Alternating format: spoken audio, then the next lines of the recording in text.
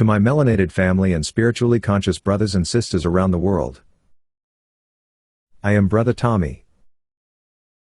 And it is time to get it in. This video discusses who is behind the trans agenda. Over the past 10 years, and especially since COVID was unleashed, the push to normalize transgenderism and transhumanism has gone mainstream. And according to investigative journalist and feminist Jennifer Bilek, powerful interests at the top are behind this carefully crafted assault on humanity. In the following interview, Bilek unpacks the history behind all things trans. Much of it got its start in the 1940s through the work of a guy named William Sims Bainbridge, a Harvard University graduate and sociology professor who wrote all about cults, religions, technology, gaming, and the future of psychological mind control. Bainbridge now works at the head of the National Science Foundation's Cyberhuman program, which Bilek says is focused on human cyber melding, or the melding of human beings with machines. This is where the term transhumanism is derived. Transgenderism is a vehicle straight into transhumanism and the eventual disembodiment of all humans into cyberspace or the metaverse. As Bilek explains, the trans push really started gaining momentum in the late 1990s and early 2000s when the culture shifted from analog to the digital age. This brought in the push for artificial intelligence, AI, transhumanism, robots, nanotechnology, biotechnology, and more. This is kind of where we're going now, she explains. Silicon Valley has been pushing a transhumanist agenda. Around this time, Bainbridge met up with another guy named Martine Rothblatt, who is also a transhumanist. To give you an idea of who Rothblatt is, he is a transsexual with a robot wife. Rothblatt wrote a book that serves as the blueprint for what's going on in the culture now. His ideology, working off of Bainbridge's, aims to disintegrate the boundary between the sexes, meaning no youth or age, and no male or female. Transhumanism is boundarylessness, the transferring of reproduction to the tech sector, Bilek says. The first gender legislation got its start in the 1980s, about a decade earlier, laying the groundwork for the eventual disembodiment of humans into cyberspace, or virtual reality, or what has come to be known as the metaverse. The way they have been grooming people ever since to accept this is through transgenderism. Through the schools, Hollywood, social media, and other things that are attractive to children, the Rothblatts of the world are grooming the next generation into accepting the idea that you can choose your own sex, which will eventually lead to humans being uploaded into the metaverse. An investigative journalist, and I write at the intersection of the gender industry, technology, and runaway corporatism. I got into writing about this industry because I was in activist circles. I've campaigned for women's rights since I'm in my 20s. I've campaigned for the environment, etc., etc. There came a point around 2013 or so that suddenly people were being deplatformed for acknowledging biological reality, that we are a sexually dimorphic species.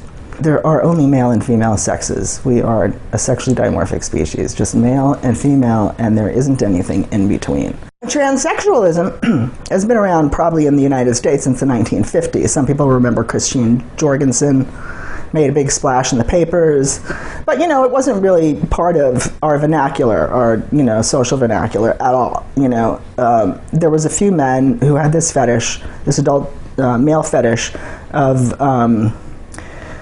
appropriating female synthetic simulacrums of female biology for their sexual gratification. It used to be cross-dressing, transvestites, and then as soon as the medical industrial complex advanced to the point where they could make reasonably good fake sexes, then they started to appropriate female anatomy. Well, in the 1940s, this guy William Sims Bainbridge was born. He graduated Harvard as a sociology professor. He's written many, many, many books about cults, religions, technology, gaming, the future of psychological mind control. And he now works at the head of the National Science Foundation's Cyberhuman program, which is the melding. It's basically overlooks the ethics involved in human cyber melding. And you can see this trajectory in the along late 1990s, early 2000s. There was a big shift in the culture from data from the digital age and the information age, and it sort of moved into artificial intelligence, transhumanism, robots, nanotechnology, biotechnology, etc. So this is kind of where we're going now. This is like the future trajectory of this. But Silicon Valley has been pushing a transhumanist agenda for since the early 2000s, late 1990s. So then Bainbridge meets up with another interesting character, Martin Rothblatt, who is also a transhumanist. And Rothblatt is he's a transsexual. He's a man that's appropriated simulacrums of women's biology for himself, and he calls himself, a transgender or a transsexual. And he's traveled around broadly in the culture in many different circles because he's accomplished so many different things. He's very well renowned and very well appreciated for his accomplishments. So he's been in the tech sector, he's been in the medical sector, he's been in all over Hollywood. He's been on Oprah, and he's been on a million different shows, with his robot wife, which he created. Rothblatt wrote a book, and it's really a blueprint of what's going on in the culture now. This is his ideology, working off of the work of Bainbridge. Whereas we're going to disintegrate the sexes, the boundary between the sexes. There'll be no youth and age. There'll be no, male and female. There'll be no, transhumanism is like boundarylessness. You're out there in cyberspace. Ultimately, while you're getting there, it's an upgrade in humanity, melding yourself with machines, transferring human reproduction to the tech sector. In, I think it was late 1980, he got together with a whole bunch of other transvestite lawyers and transsexuals, and they created a document, which was the very first gender bill, which brings disembodiment into the law, the sexual objectification of female biology, into parts, and making a human right out of that. So right? What do you mean disembodiment? Well, where he's going is full-on disembodiment, where everybody lives in cyberspace. We live in a virtual reality. We don't live in our bodies anymore. We're going to be uploaded into cyberspace. Well, in order to sell that to the public, transhumanism and disembodiment as a life, you're going to have to groom them and get them there. And the way to do that is to create this ideology that says that you can choose your sex. That's disembodiment. You can't choose your sex. You are the body that you were born as, no matter what happens to you. I mean, in 200 years, if they dig up my bones, they're going to find a female. You can't change that. So the ideology is promoting the idea that you can.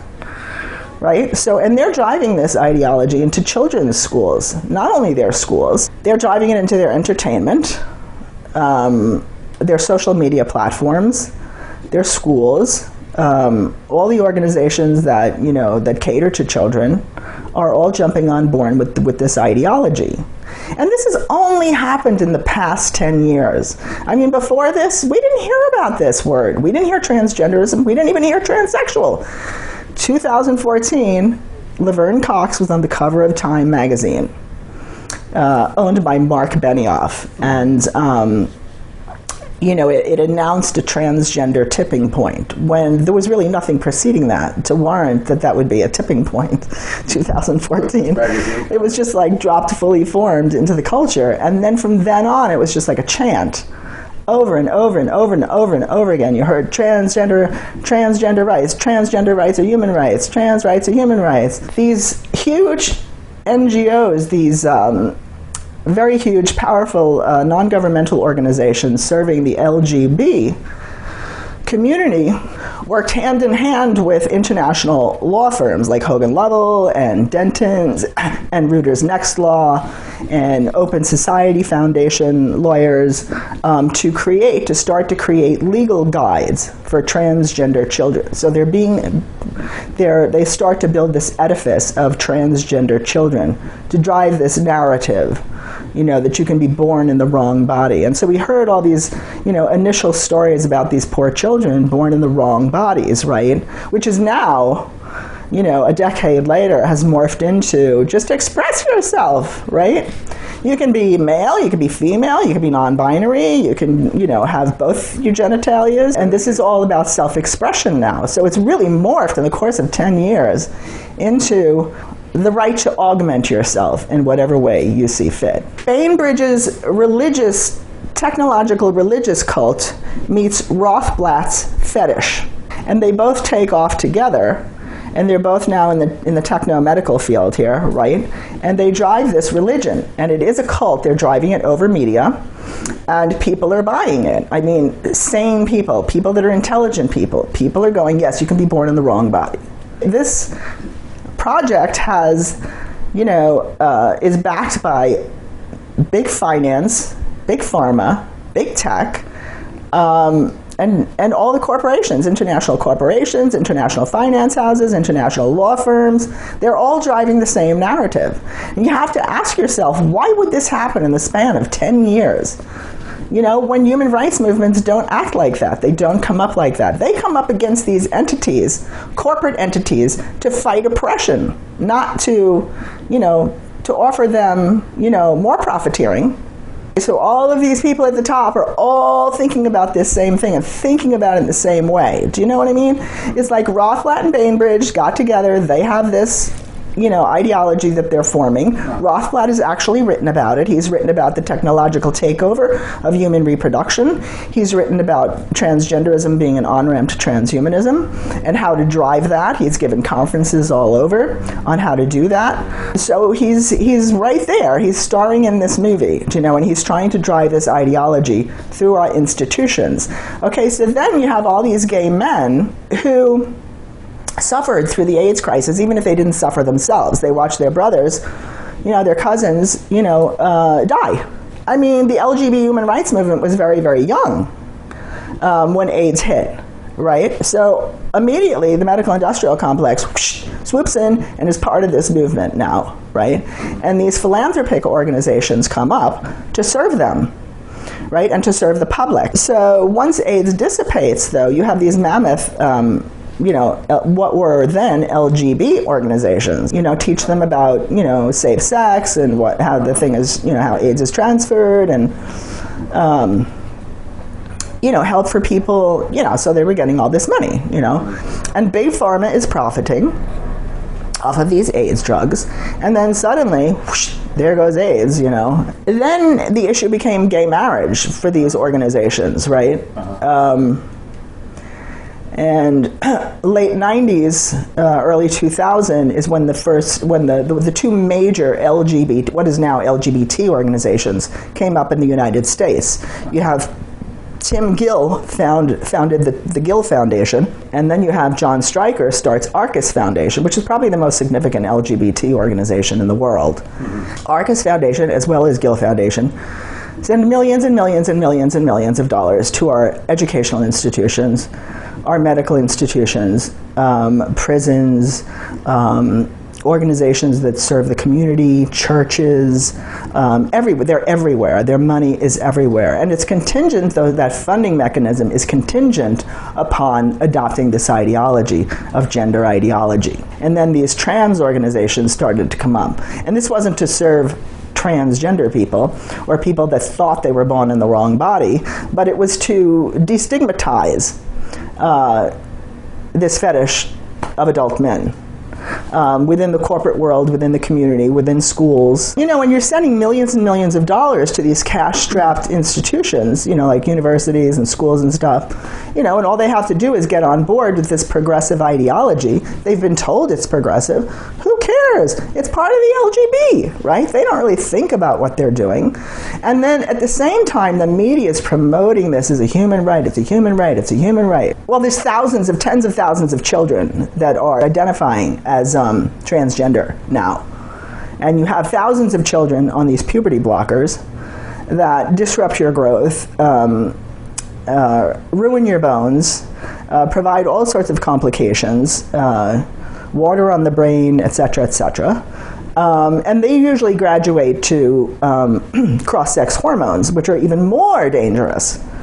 And they're going to be taking those for a lifetime, and they're going to be sterilized.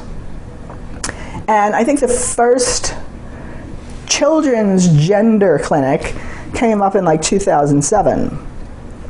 And now we have hundreds of them all over the United States. Where did they all come from and why? You know, nobody examines the issue. Why is this happening? Why are suddenly children committing suicide in droves? They're jumping out of buildings because they want to be the opposite sex. You know, we never heard about this before. If pharma could have made bank on this 50 years ago, we would have heard about it. You know what I mean? This is totally a top-down arrangement of power, and comes again from the highest echelons of society in finance. And the founder of Outright Leadership, which is the business networking arm of the LGB, comes out of banking. The guy that runs it comes out of banking. You know, John Stryker, head of Arcus Foundation, comes out of banking. There's no Harvey Milk character here. Do you know what I mean? There's no grassroots activist here. These are all uber businessmen. So you have a profiteering motive, absolutely. Drugs, surgeries, surgery equipment, and not just the hormones and the puberty blockers, but you have antibiotics, you have anti-rejection medications, you have myriad surgeries that people want to have after they have this attack, basically, on their sex, a medical attack on their sex.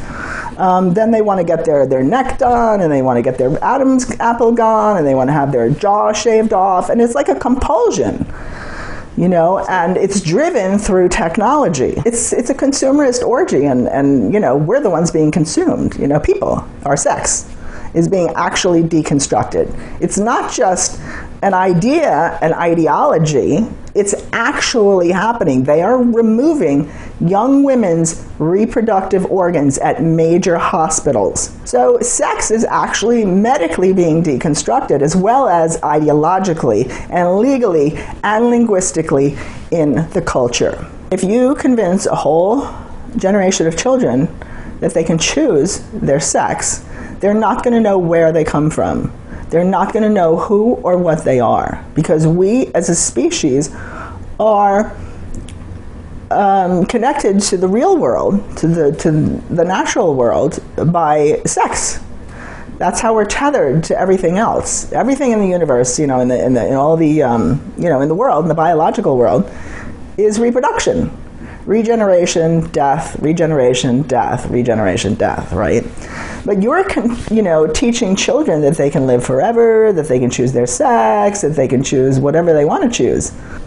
And this is madness. It's absolute madness, because it goes against the grain of reality. You know, why are they driving an ideology of physical dissociation from your sexed reality? This is what's going on here. Why is this happening? Confront that over and over and over again. Well, it's all part of the medical tech sector that they're going to profit from. If you sterilize a whole generation of children, they're going to need reproductive services, right? You can't just go make a baby in your backyard with your partner, right? So, yeah, this is really an occupation. I mean, as a feminist, I see it as an occupation of womanhood. It's not just using our biology like, you know, like it's used in prostitution or it's used in the sex trades. This is like the pinnacle of objectification. We're going to take your biology, we're going to wear it as a costume, first of all, and second of all, we're going to transfer this reproductive capacity that you have to the tech sector. And this is why women are being legally erased in language and law. They just took woman, the word woman, out of the dictionary, in the Cambridge Dictionary. And they replaced it with anybody that feels like a woman. And the way that they do that to transfer the human reproduction to the tech sector is through all the big fertility treatments that are out there now, freezing your eggs and freezing your sperm and surrogacy, and they're talking, they're researching womb implants, womb transplants. It's profiteering. And it's social control in the sense that they really literally want to break sex apart, the boundary between the males and females of our species. They want to break this apart. They perceive this as progress. You will be unburdened by sexual stereotypes, by sexual inequalities. Mothers and women won't have to have children. It's like, look at the tampon, you know what I mean? Suddenly women could leave the house, you didn't have to sit in your backyard on a stack of rags, It's technology, it's the advancement of technology to improve, our lives, but we never get a say in any of that. We don't get to say, we don't get to decide, we don't get all the information. This is all elites deciding this for us, right? And it's, it rides the bullet train of the market. Everybody is profiteering off of this now, even if they have no idea what it's about. Transgender modeling agencies, gender fluid makeup, photographers taking pictures of transgender children. It's everywhere. And this same message is being driven into their grade schools. By second grade, they're learning about gender identity, taking hormones, and this is all brought in under anti-bullying programs. These programs were passed by Obama and funded by the Pritzker family, one of the largest, one of the most wealthy families in America. There's many of them. Jennifer Pritzker was an Army colonel. He purports to be a female and runs around with synthetic sex characteristics of a female, and he drives this ideology into the psychiatric departments of major universities, into other medical institutions, gender hospitals, the military, etc., etc. And his company, Tawani Foundation, is partnered with Squadron Capital, which is a medical device company. Right. So he's following the same trajectory of Arcus Foundation, right? Stryker Medical is a medical supply corporation, right? And they're going to be profiting off of these surgeries, not just, so-called gender surgeries, but human augmentation. When we open the door to these kind of radical changes to our biology, the way that we're planted in the ecosphere, once we let that go, that tether, anything is up for grabs, They can manipulate your DNA, they can manipulate you any way you want. And that's why these rights are, from what I can tell, these gender rights are being passed. It's not about people that are allowing a medical attack on their sex. It's for future augmented human beings. I follow the money, and money trails do not lie. They tell you the truth. And I don't care how crazy I sound, because it doesn't matter to me, It just doesn't matter. Just get the information out there so people can go looking for themselves, because, again, it's not hidden, and none of this is hidden. It's just that people are not looking for it, do you know what I mean? They're looking at the human rights angle. These poor individuals, right, who feel trapped in the wrong body, My heart breaks. It's so ridiculous. All the governments, all of the politicians, all the major banks, all the financial investment houses, all the medical institutions, the universities, the schools, the corporations, the law firms, they've all jumped on board within 10 years for poor people that have identity issues, that have body dysphoria. Come on, this is so patently ridiculous. And people just gobble it up.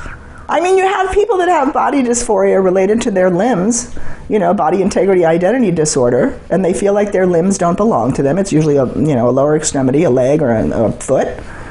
And they just feel like they feel like they're going to cut it off, because it just feels so wrong to them. And psychiatrists have notorious difficulty trying to treat these people. But we haven't made any parades for them. We haven't started a human rights movement for them. We haven't put them on the cover of Time magazine. We haven't had a makeup line for them or a modeling agency. I could say the same thing for anorexics. That's a form of body dysmorphia. Why is this only happening around these people, who are claiming a synthetic sex identity, And why has it happened across the board in so many different countries, and laws are changing and language is changing to uproot society, the way that we're organized as a society?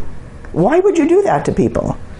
I mean, it's absolute insanity. It's madness. Nothing means anything anymore, right? There's no boundaries, boundarylessness. I started following the money around this issue, because if you want to know anything in America, you follow the money, right? And so I started following the money, and I looked at all these different NGOs, these non-governmental organizations that were really huge. They were huge, like Arcus Foundation and Gill Foundation. They're mammoth.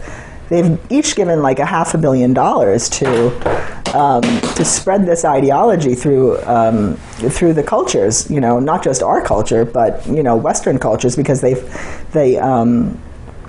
fund other organizations that do the same thing. And they create this whole scaffolding, this political scaffolding to drive it, so that you have media people, you have people that are being trained in politics to get them into political institutions, like the Victory Institute, for instance. That's funded very heavily by Arcus Foundation. And like, for instance, Rachel Levine was part of that organization. They cull people from different schools in different areas that are going to work for them, and then they train them to be in these positions to drive policy through the culture, right, which Levine is doing, if you've seen him speak. And so then they have media people as well, like GLAAD is the media arm. So GLAAD and Arcus Foundation are closely working together, and GLAAD goes about spreading information about how people are supposed to talk about this, because it's a human right and you don't want to offend anybody, right? So the message comes from on high, and what I mean by on high is not Arcus Foundation, I mean Stryker Medical, $17.1 billion corporation and growing by the day in 75 different countries. The medical industrial complex is bigger than the military industrial complex. So I've picked out a few different characters that are very, very prominent and are doing a lot of work to change society and to change people's minds, to drive this techno-religion through our society. But there are many, many others. Whether or not they actually know what they're doing, it's not quite clear to me, but most of them come out of the techno-medical industry, the banking industry. We don't see big oil men, in the gender industry. Do you know what I mean? We don't see automakers in the gender industry. Do you know what I mean? This is all pharma, tech, and big finance, BlackRock, Vanguard. The ideology is just so patently ridiculous, I mean, there are grown men with adult diaper fetishes. Are we going to have, next year, are we going to have, changing tables in the corporate arena for them? We have stores for them now where they can actually go and buy paraphernalia for their fetish. But why are we normalizing fetish? Fetish is really, it's a compulsion and it's objectification. It objectifies. If your fetish is for another person, it's an objectifying of them, objectification of them. So, and we're seeing this because we're dissociated as a society.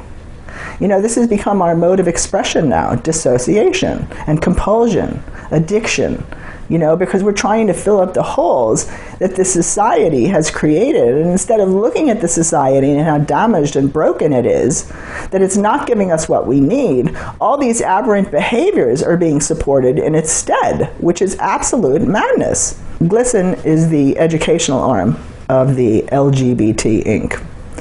And they basically take care of educating the populace in schools, in community centers about, they dispense gender ideology to them, sort of like the old Christians used to come into the, American Indian communities and indoctrinate them into Christianity. Well, this is very similar. It's a technological religion, and they're indoctrinating people to this ideology, promoting it as a human right, but it's a technological religious cult. You don't get to bow out of this. I mean, that's becoming abundantly clear to a lot of people, but they don't understand why. Why can't we talk about this? If this is a human rights organization, a movement for human rights, why wouldn't you want to share that information with people? Why wouldn't you want to get people on board with it? Everything is transphobic. You can't speak about it. No debate. You can't talk about you can't even talk about womanhood, because that's transphobic. Everything is transphobic. I mean, it's becoming like a joke on social media now. The construct of the transgender child had to be created. So, these very, very large international law firms, lawyers, have created legal structure for transgender children, right? And how to communicate about this, like how to drive this ideology. They've created guides, basically, for people, right? So this gets, this is created through these ginormous NGOs, right, with these international law firms, and then they're sent down through the community, through people like, GLAAD, organizations like GLAAD, right, who take that information. Now they indoctrinate the public. This is a human right, and some people are born in the wrong body, and it's just the way that it is, and da-da-da-da-da, and then you have GLAAD, who, takes care of the media. This is the way that you have to sell this to people, right? So, and then these universities are getting, all of this money to promote this ideology. And so they do, so it's coming from every single avenue that you can think of in the culture. Well, let's see, Governor Pritzker just sent a bill through the schools in Illinois, Chicago specifically, that if you want health education in your school, you have to adopt gender ideology. You have to teach kids about gender ideology, which means they can, you can change your sex, you can get hormones and puberty blockers, you can change your name, very sexualized material as well, very intense sexual material they're teaching them, anal sex and the gamut, bondage and, anything really that you can think of, they're teaching them to young children. And so if you don't want this in your school, then you have to pull out of health education altogether. You don't get any health education. If you want health education, then you have to do this. So this, I think, was sort of a the first real platform of its kind to sort of see how this went over. Most parents said no, we don't want it. Which is a credit to them. But they're still pushing it, they're still pushing it all over the schools. And, teachers adopt it, parents adopt it because they think it's kind, They don't want to be seen as terrible people. This is part of the LGB. The LGB people have, been accepted in society now. Usually somebody knows somebody in their family somewhere, right, who's gay or, lesbian or bisexual. And so it's like, oh, this is just part of that. This is what they've been told. Not once, not twice, over and over and over and over again. Well, the material that they're being exposed to is highly sexualized. They've got drag queen story hours, grown men dancing around with a G-string on, and makeup and hair flying, fake boobs bouncing, and this is supposed to be progressive and cool and fun. And they're teaching them about very, very sexual material, what partners do with each other. They're teaching them about hormones and puberty blockers and that you can change your sex if you want to. This is, just the way some people are, It's not a disorder. It's not, it's not anything other than, it's just another way to be human. God, I think we should just throw the whole thing out, honestly. Even as a feminist, I think that, because it's just it's so convoluted now. It's just ridiculous, I mean, you have you have a female body. That's really the only thing that makes me a female, is my female body. It's not because I like long hair or because I like pink nails or want to run around in high heels or, I cry myself to sleep every night. No, it's none of those things.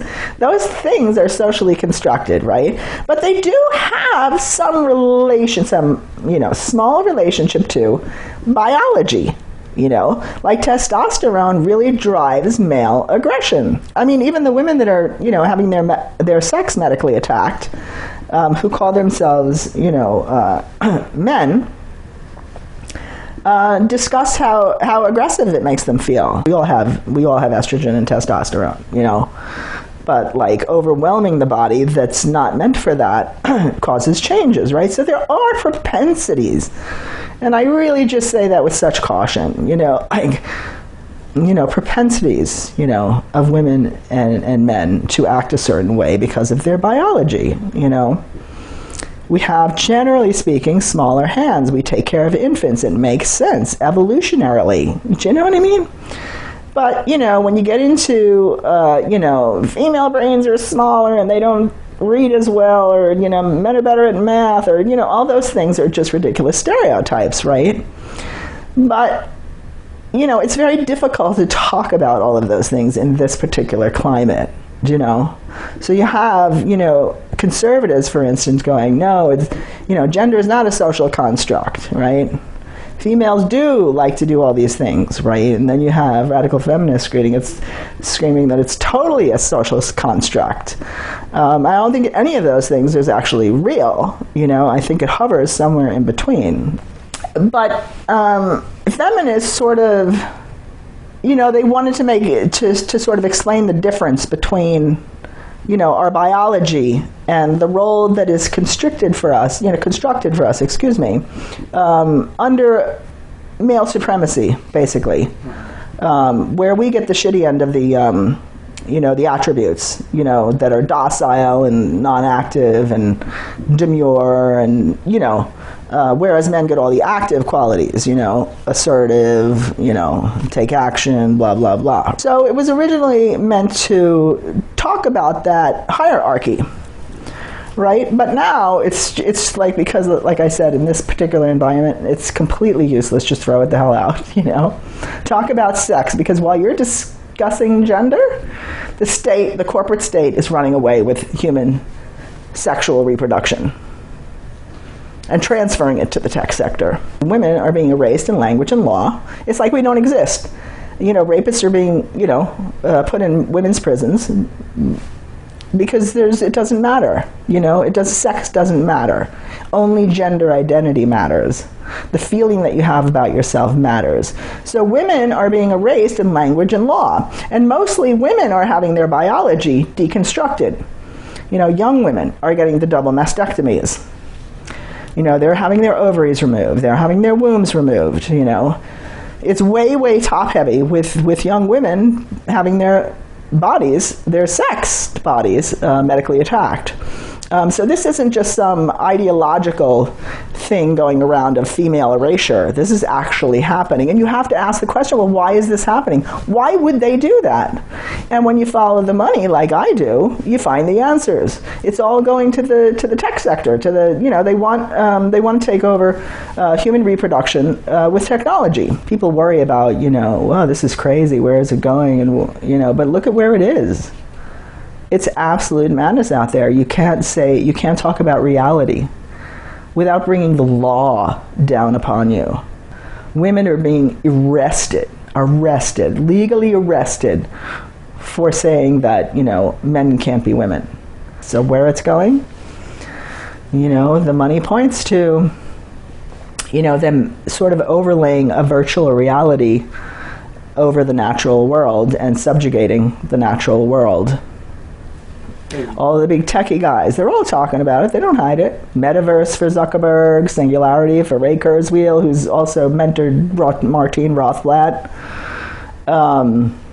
He says we're, in very short order, we're going to be living as a different species. We're going to be post-human. Now, he's considered one of our greatest intellectuals, public intellectuals. He works for Klaus Schwab at the World Economic Forum.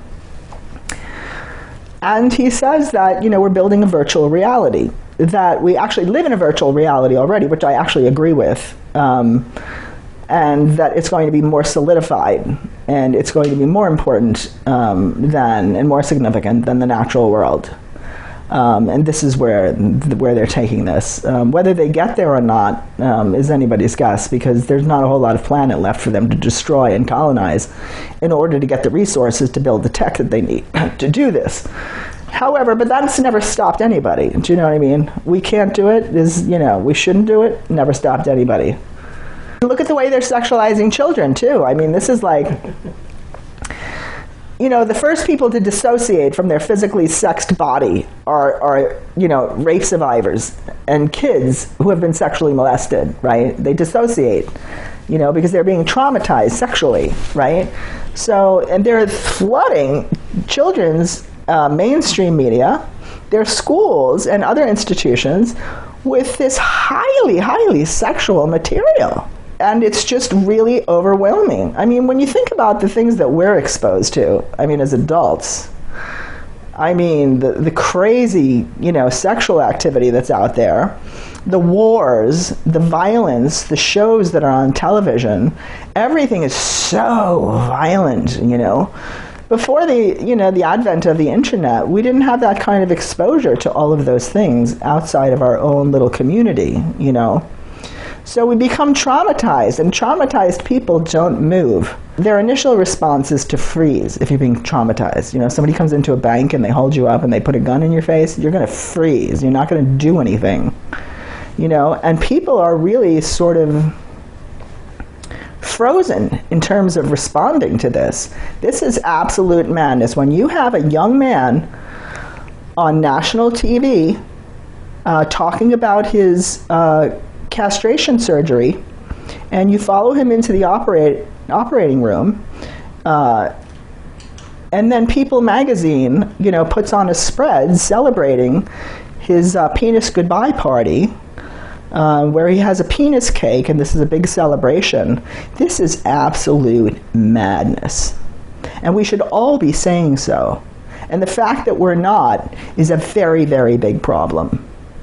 That we've gotten to the point where we can't say what's real, what's horrible. It's absolute madness.